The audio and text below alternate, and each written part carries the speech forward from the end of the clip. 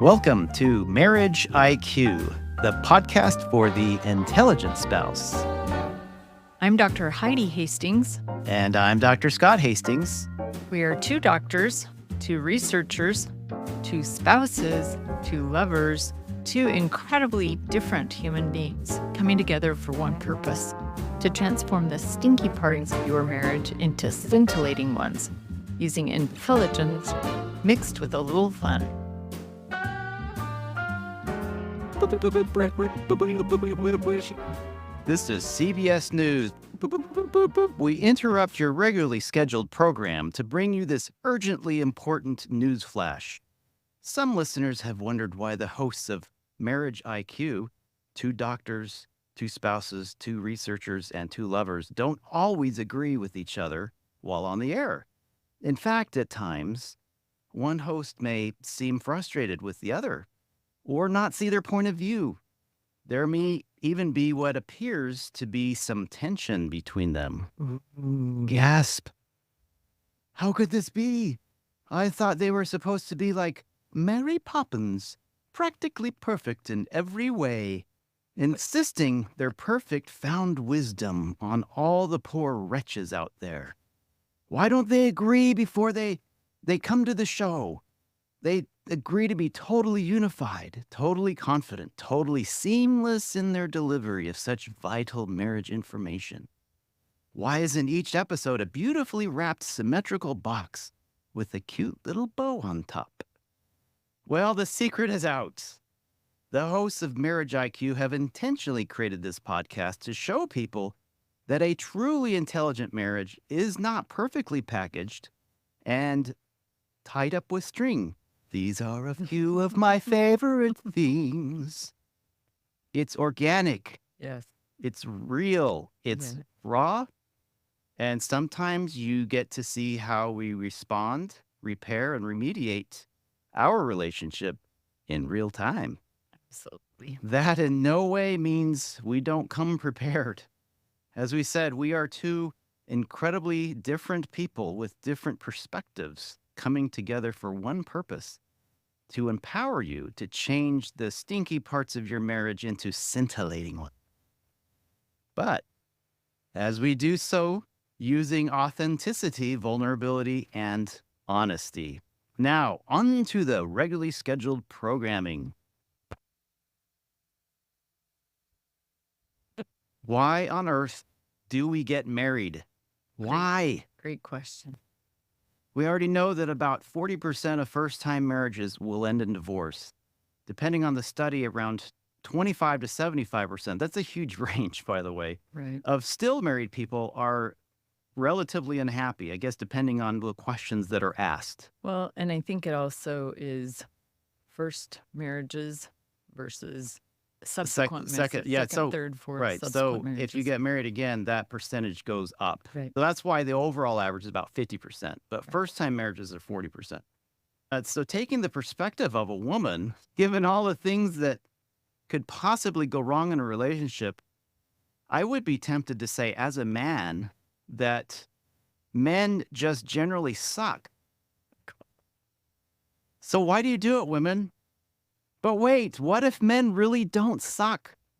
Maybe it's like learning a new language.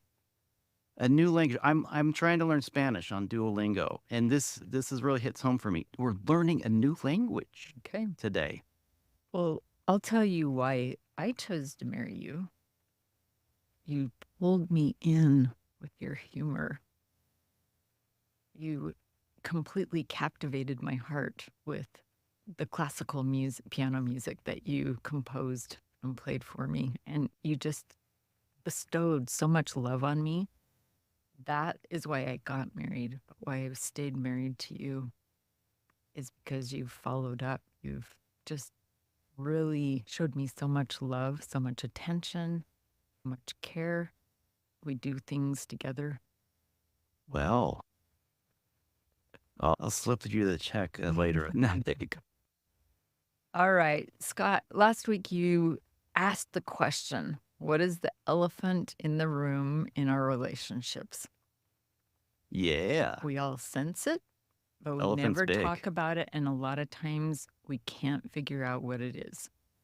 So you know what it is. I know what it is.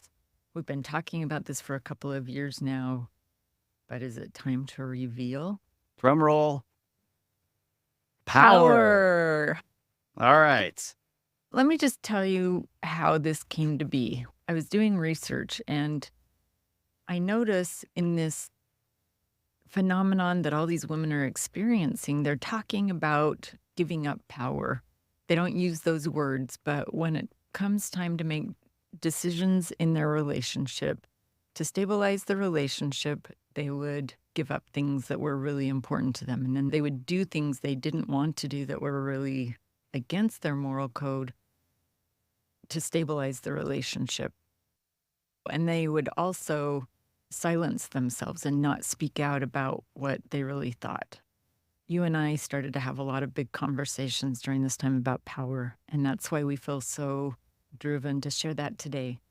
But I hear a lot of women say, my husband is the one who primarily makes all the money in my family and protects me and my family, but he also has total control over whatever I can spend.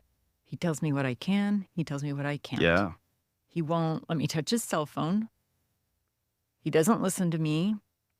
He doesn't talk to me about major decisions that he makes that impact me and our relationship and our family. Different questions for different women. Yeah. But those are really frustrating when Yeah. they feel powerless Mm-hmm. in all of those areas. There are also a lot of men who say things like, my wife is the only person that I have sex with, and she has total control over how often we have sex and what kind of sex we have. Yeah. What if I really need it? And she says no. Yeah. There's a lot of frustration in that. And that doesn't mean that necessarily men are the only ones that say that. Women have that, who are the higher desire partners, also have that Yeah. same frustration over Right. power. Some men I've heard say, well, my wife makes these large purchases that we don't agree with beforehand. So, Like what? like, if I were to buy that freeze dryer that I bought, And how much did that cost? $3,000, because I want to be prepared, but I didn't buy it without talking to you Yeah, we about it. talked. But if I had, We agreed. You're right. that would be one of those things that would be really frustrating, that we're trying to live within a budget, or we're trying to control Yeah, right. the money, and she's spending way more in a lot of areas without being accountable or responsible for that. Yeah. So Wow. those are some of the things I hear. Let's talk about Let's- maybe what's behind some of those power imbalances. Let's start by telling you a story. Ah, I like that. All right. Well, let's jump into a story compounded by just different A lot of different people who we've we met. know. Yep. Mhm. And Heidi, why don't you start with some of the problems that a woman might see in a relationship? Okay. So one of the things I've noticed, like I previously said, men can sometimes exert really heavy financial power in the relationship. They take control of the finances. They say, because they make the majority of the money and sometimes all of the money, they get to decide where the money goes and maybe give her an allowance, or just not let her be a decision maker in where the money's being spent. Sometimes he criticizes her parenting in front of the kids, which strips her of power as a mother, especially if that happens a lot.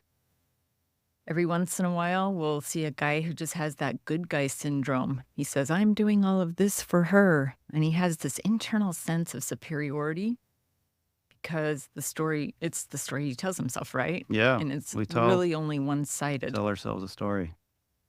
His Yeah. words or his body language may indicate that she's not as smart as he is. He's the smart one. And because of that, he feels that he should be the one to make the decisions, to be in charge. Even though, in all actuality, he's holding power over his wife by doing so. And he doesn't even know it, huh? He doesn't even realize it. He doesn't want to be accountable to her for anything. He comes and goes when he wants. He comes home for dinner sometimes, sometimes he doesn't. He has no idea what his schedule is ahead of time to share with her and doesn't reach out to her during the day to let her know. So she's just feeling like I just don't know where he is, what he's doing, if I can trust him, or also, are we having dinner together tonight? Are we doing things as a family? It's just the lack of wanting to be accountable to each other. He prioritizes his interests, his hobby, probably his job for sure, and relationships outside the marriage, maybe his parents or siblings or Hanging out with his buddies. friendships. Yeah, over her. What other things can you think of that Yeah, men so might do that might show power over their so spouse? sometimes or a lot of times we've seen when he doesn't get the results that he wants from his wife, not the expected outcome, he doubles down and exerts more power, thinking that's going to fix it. He also exerts religious power sometimes if they're in a religious household. Like I'm the more righteous one, I'm the man. The scriptures say that I'm the one that you have to obey. Right, I did see that in my research in some religions. Yeah, the power of the victim. He sees himself as powerless. That's the story he tells himself. And he tries to take more by being more condescending, more restrictive, financially. He also has a power in the community if he's known in the community because of his possible employment and roles in the community as a leader or someone well known. The power of the rescuer. Mm-hmm. This is a big one. A lot of men don't recognize this. It's you poor little thing. Let me pull you out of this pit. I'm just so much more adept than you are and capable in every way. And that's really intoxicating. So those are a few other things that men can exert power over women in a relationship. Just a few of them. I think the financial one's really interesting. And that's one of the reasons that we feel so strongly about budgeting and handling our finances together and making those decisions together, because that's so easy to exert power with that one. Some of the other ones are a little bit less obvious, but that's not to say that you shouldn't have a budget and that when you are talking about power and that you're trying to hold each other accountable for it. But one person doing all the holding the other person accountable is where the other person can really feel powerless. Yeah. Well, for women, there are a lot of different kinds of power, but a couple that I feel feed into the power imbalance more are when she has a scarcity mindset. And this creates in her a sense of fear that she has no power or that she's afraid of losing power. She reacts as if everything's going to be catastrophic, and it perhaps might influence anxiety in some ways. Subconsciously, she takes power through emotional overreactivity at times. She exerts sexual power to limit the frequency or the type of sex that they have according to her desires. Or in other cases, she submits her sexual power, meaning she gives into what he wants to stabilize the relationship, even though she feels very uncomfortable with it. She also, at times, withholds performing household responsibilities that they've previously agreed upon. Or she completely takes control of all household and parenting responsibilities and leaves him with no power when it comes to those things. That's really interesting. So, is it normal to have a power imbalance in a marriage? Normal meaning, do most people have power imbalances in their marriage? I would say yes. Okay. Is it okay? I think it can be. If the decisions are made jointly. So, in some relationships, women mostly care for children, men largely responsible for providing for the family financially. We acknowledge for some of you out there, equal power is out of the question right now. Right. And some of these roles may be reversed, and we totally get that. Don't understand it fully because we don't live it, but we can both definitely respect that. but it can create some division between each other, Right. kind of becoming a roommate type syndrome. Right. And I would say with that, if you're in a situation where it's an really unhealthy power imbalance and you're not able to come together to make some of these changes that we might be talking about today, stick with us because towards the end of the episode, we will have suggestions for individuals as well. So let's kind of delve into let's try to define power first as a identity, Mhm. something that we're kind of born with. And I understand that this can be quite controversial given the cultural expectations between genders, which is very, very volatile right now, right? Well, but I do think our identity is largely influenced by culture. And if we realize that, that will explain a lot of why we may pick up these parts of identities Right. as who we really It believe we are. it's really like weaving through a field of landmines. Again, like the elephant in the room. But some of the things we're going to talk about are also more inherent. Men are physically larger, stronger, and faster.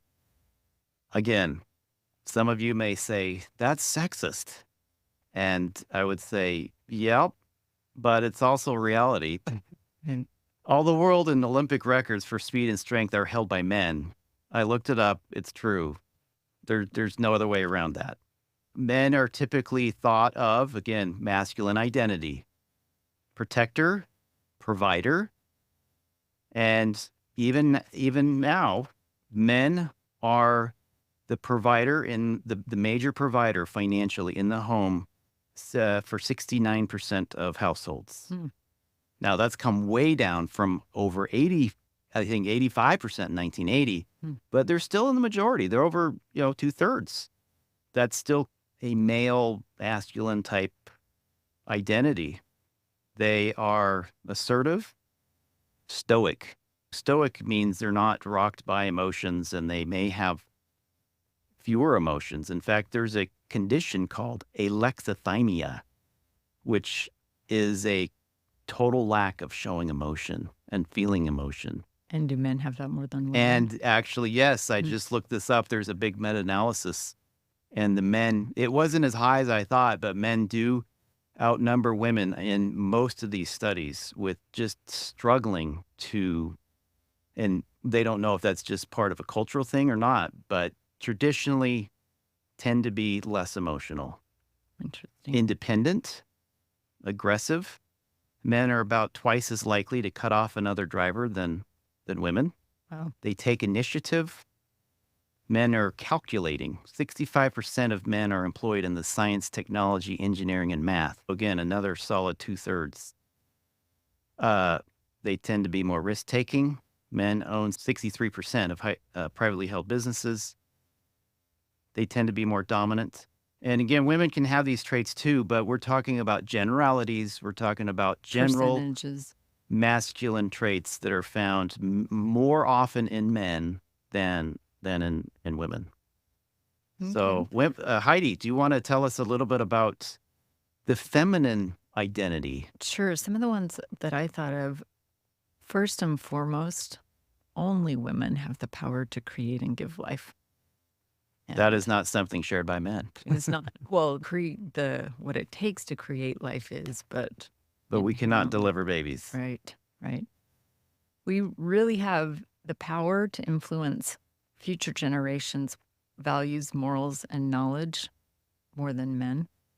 We can be captivating, alluring to men because men are drawn to the female body and find it intoxicating and irresistible sometimes. So just our biology alone with our scent, our tone of voice, our body shape, our level of confidence, and how we carry ourselves really gives us power. To captivate. Yeah. Power to captivate, yes. Men can have some of these next things I'm going to talk about too, but women may be more prone to have some of these types of powers because of inherent gifts or traits. I think, at least right now in culture, women have more power to have faith. They are more compassionate. They are more likely to be teachers in their homes or as a career. Right now, 80% of teachers in the US are female. They have the ability to beautify everything around them, their home, their living space, the world, to make it a more beautiful, a more peaceful place. They have deep ability to be peacemakers. They're more refined. They are more emotional, like you said. Women are actually 4 times more likely to have histrionic personality disorder, which means that they have an overabundance of emotions. Can fluctuate wildly. Yeah. Right. They are more gifted with language and expression most often than men. So what do we do with this? These are two very different sets of characteristics, and they clash a lot of times, right? They do. And when we take advantage of the power that we have in certain areas over another person, that's what makes it problematic. Those inherently are good things, right? That we were just talking Yeah. about. Excellent. But Yeah. when we use them to create a relationship of power over someone, and we'll talk about that in a moment. But I wanted to talk just a moment about some research by Dr. Carmen Knudsen Martin. She has conducted quite a bit of research on power in heterosexual couples and found that relationships that have well balanced power have the potential to heal old wounds and promote health and resilience. Ah. So, if there are some wounds in your relationship that are really difficult to let go, it may indicate that there is an imbalance of power in there. And if you're able to stabilize those power imbalances a little better, then you'll be able to heal and move forward a lot better also. So she came up with 4 different areas that we can work to create better balance within our marriages. The first one she talks about is mutual influence. So I think about this as when each partner, when you and I can validate each other's worth by letting each other know, I recognize that you have needs. I recognize that your needs are really important. And then I'm attentive and I'm observant and I'm interested in you and what your needs are and in trying to help fulfill your needs. But it has to go both ways. Women are more inherently prone to care for the needs of both husband and children. And she's giving us a few questions to look at and ideas on how to have a better mutual influence. The first is, how prone are we to engage in shared decision making? Does one of us always make the decisions or more likely make the decisions? Or you just outsource it to the other person. Like, oh, you do this. This is your job, right? Right. Exactly. So what they're saying, maybe open it up, start thinking outside the box. Yes. Talk about those things together. We do that in our businesses. Both you and I have a time set apart that, okay, this is the time we're going to talk about Scott's business, and we make some of the major decisions together. And then the same with my business. We also do that in things concerning our home and in our relationship. So yeah, right. Like on Tuesday nights, we talk about our medical clinic, and on Saturday mornings, we talk about your business. Right. And we set it up, we schedule it. Right. How open are we to being influenced by the other person? And just a little example on that one. Years ago, I felt really strongly that we needed to purchase the office space next to our medical office because I felt like we were going to have a growth spurt. And you said, nope, we can't do it. And that was kind of the end of the question. This was before we really had our eyes open to power so much.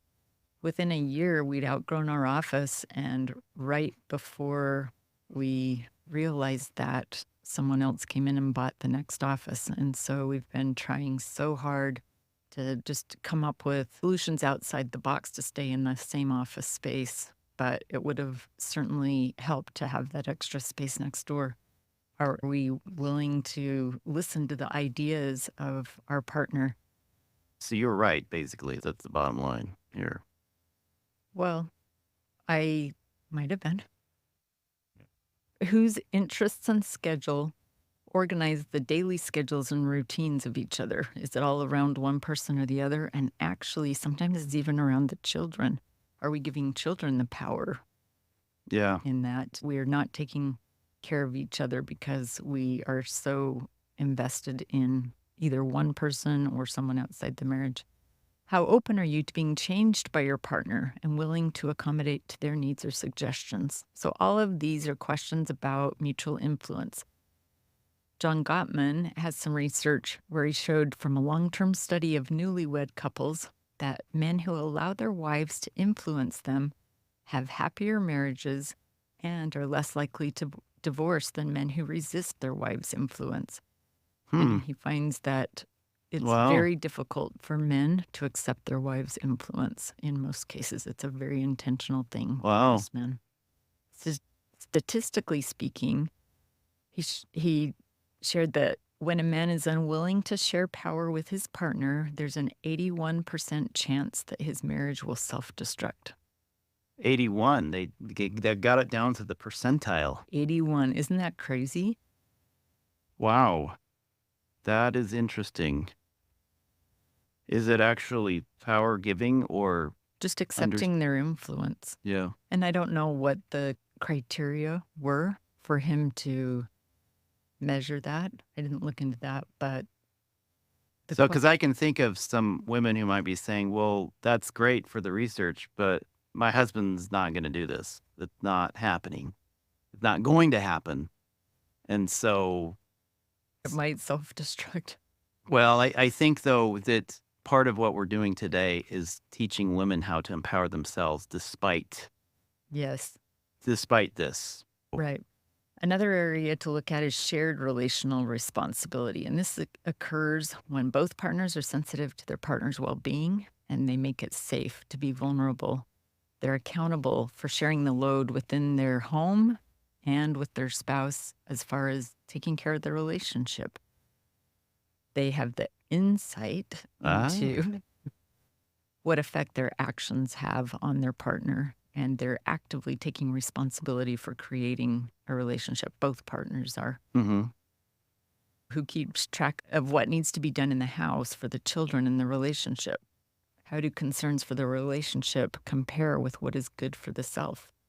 How entitled does each feel to have their own needs met? These are all really good questions. Yeah.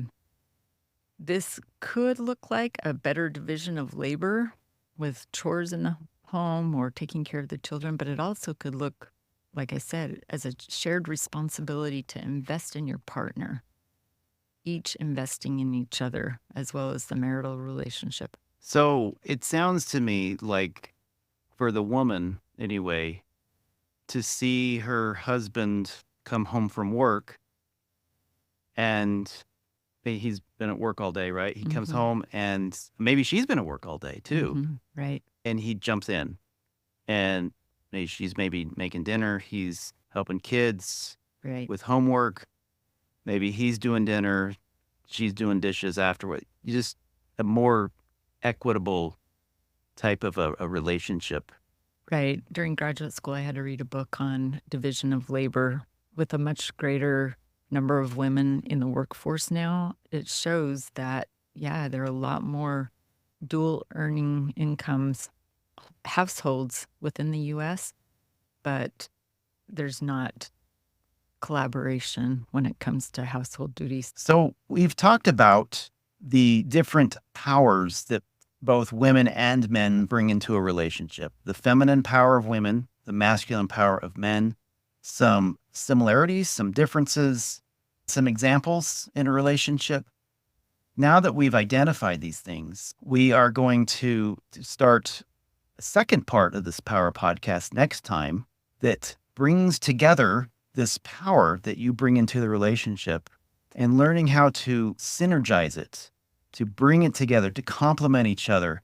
So as a couple, you become far more powerful as two than you do alone as one. So Wait for the second part. It's coming out soon where we talk about all this. It's going to be great. And remember, the intelligent spouse knows that to change from a stinky to a scintillating marriage first requires a change in themselves. We really are so grateful that you joined us today, and we look forward to having you join us next time on Marriage IQ.